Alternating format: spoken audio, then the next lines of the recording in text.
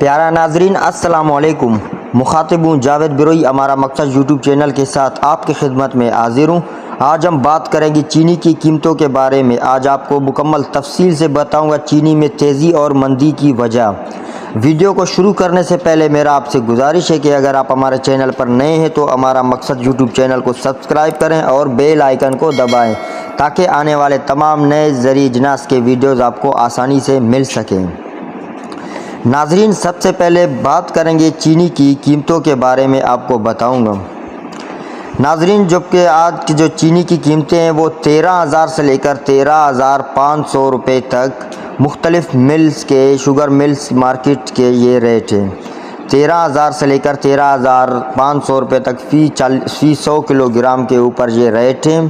तो नाजरीन, ये थी चीनी की कीमतें। और अभी बात करेंगे चीनी में मज़ीद तेज़ी हो सकती है या नहीं। तो जी हाँ, चीनी में तेज़ी हो सकती है क्योंकि साल 2023-24 में गन्ने की पैदावार में ज़बरदस्त कमी देखने को आई है और गन्ने का रेट भी मार्केट में बहुत तेज़ थी।